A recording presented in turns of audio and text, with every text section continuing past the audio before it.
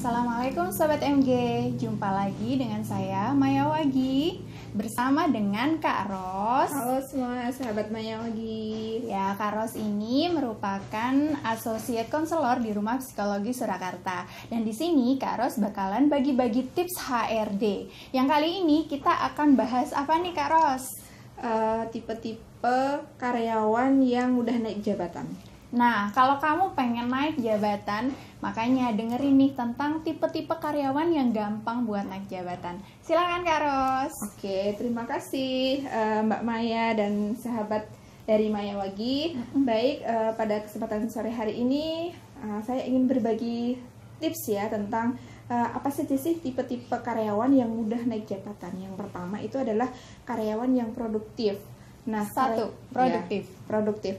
Produktif itu yang seperti apa sih? Nah, produktif itu yang dia ketika bekerja yaitu sangat efisien sekali. Misalnya nih, ketika dia diberikan tugas untuk menyelesaikan menyelesaikan pekerjaan selama 1 minggu. Nah, dia sebelum 1 minggu dia itu udah menyetorkan hasilnya, kemudian dia sudah mengerjakan dengan sesuatu yang sangat baik hasilnya kayak gitu. Jadi misal nih, waktunya sebenarnya 1 minggu, tapi dia bisa menyelesaikan dalam waktu 3 hari ataupun 2 hari, tapi dengan kualitas yang bagus juga. Bagus. Soalnya gitu. Biasanya ada juga yang buru-buru yang penting selesai, tapi hasilnya nggak bagus gitu ya.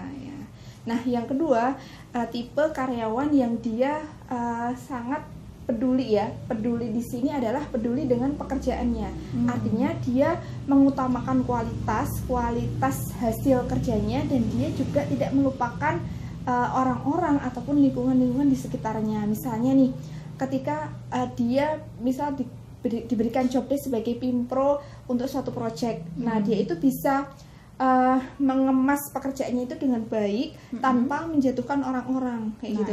Jadi dia peduli dengan pekerjaannya dan peduli dengan orang lain. Oh, kadang kan ada yang teman makan temen gitu ya. Lanjut, yang ketiga apa nih Kak Ros? Nah, yang ketiga itu attitude.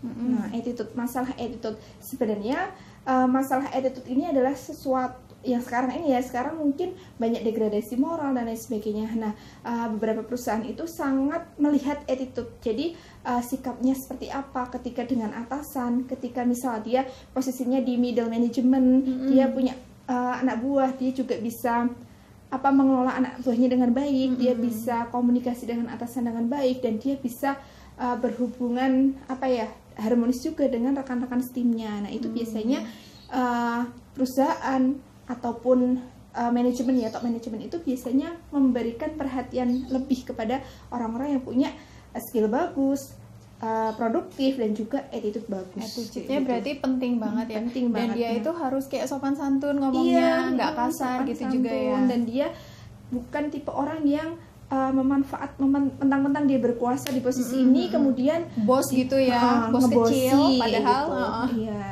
Jadi jangan ngebosi, tapi bagaimana teman-teman bisa merangkul bawahan dan juga bisa merangkul atasan seperti itu. Oke, lanjut yang keempat nih Kak Ros. Nah, yang keempat itu adalah skill. Jadi punya banyak skill.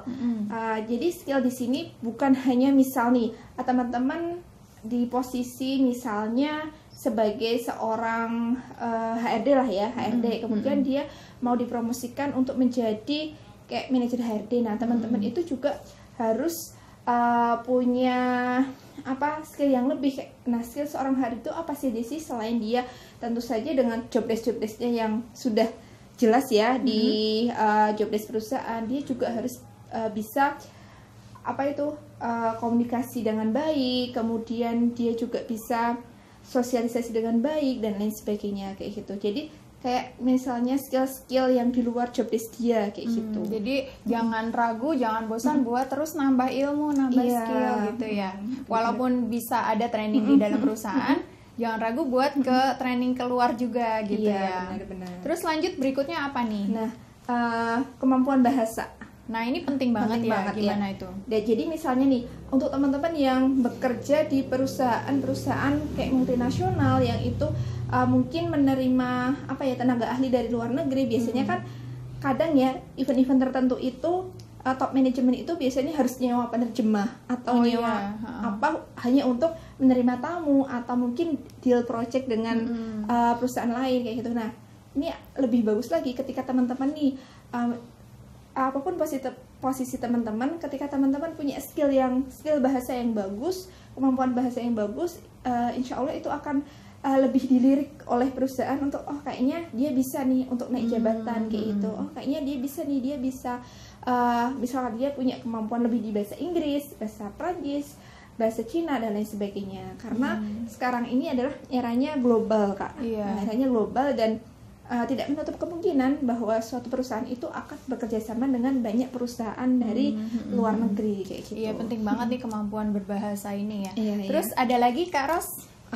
Sementara itu ya, yang penting teman-teman lakukan tips-tips itu dengan sebaik mungkin. Ada satu lagi nih Kak, yang selanjutnya adalah teman-teman usahakan untuk selalu prestatif. Nah, prestatif itu berbeda ya dengan produktif. Kalau produktif tadi bisa bekerja efisien dan efektif. Nah, prestasi ini adalah teman-teman misal nih, teman-teman bekerja di bagian produksi atau ekspor lah ya, ekspor. Misalnya teman-teman bisa melakukan deal marketing aja deh, yang contoh mudahnya ya. Contoh mudah, misalnya biasanya tiap bulan itu perusahaan hanya menerima ekspor misalnya 1 juta pieces ya. Biasanya kalau untuk perusahaan garmen. Nah, teman-teman bisa meningkatkan nih, bisa meyakinkan buyer untuk membeli lebih dan juga meyakinkan perusahaan untuk kita tuh sanggup gitu loh, kita tuh sanggup untuk menerima orderan misal 1,5 juta piece atau 2 jadi juta melewati piece. Dari target yang ditetapkan. Selama kita mampu ya terjang aja gitu ya. Terjang aja, tapi jangan lupa komitmen. Jadi jangan hanya omong doang, istilahnya omdo, tapi teman-teman harus buktikan dulu kayak gitu. Jadi istilah mudahnya untuk bisa dipromosikan atau naik jabatan adalah teman-teman harus membuktikan dulu, teman-teman harus banyak memberi ke perusahaan kayak gitu. Dan saya yakin perusahaan itu pasti memberikan imbal balik kayak gitu ya. Imbal balik mungkin biasanya rata-rata ya setahun 2 tahun itu pasti teman-teman akan dipromosikan kayak gitu untuk naik jabatan ke level lebih tinggi ketika teman-teman memang dirasa sudah mampu nih, sudah saatnya bahwa misal si A ini untuk jadi seorang manajer HRD kayak gitu, atau dia sudah mampu untuk menjadi seorang manajer ekspor kayak gitu. Jadi perusahaan juga harus melihat kinerja teman-teman dulu ya. Gitu.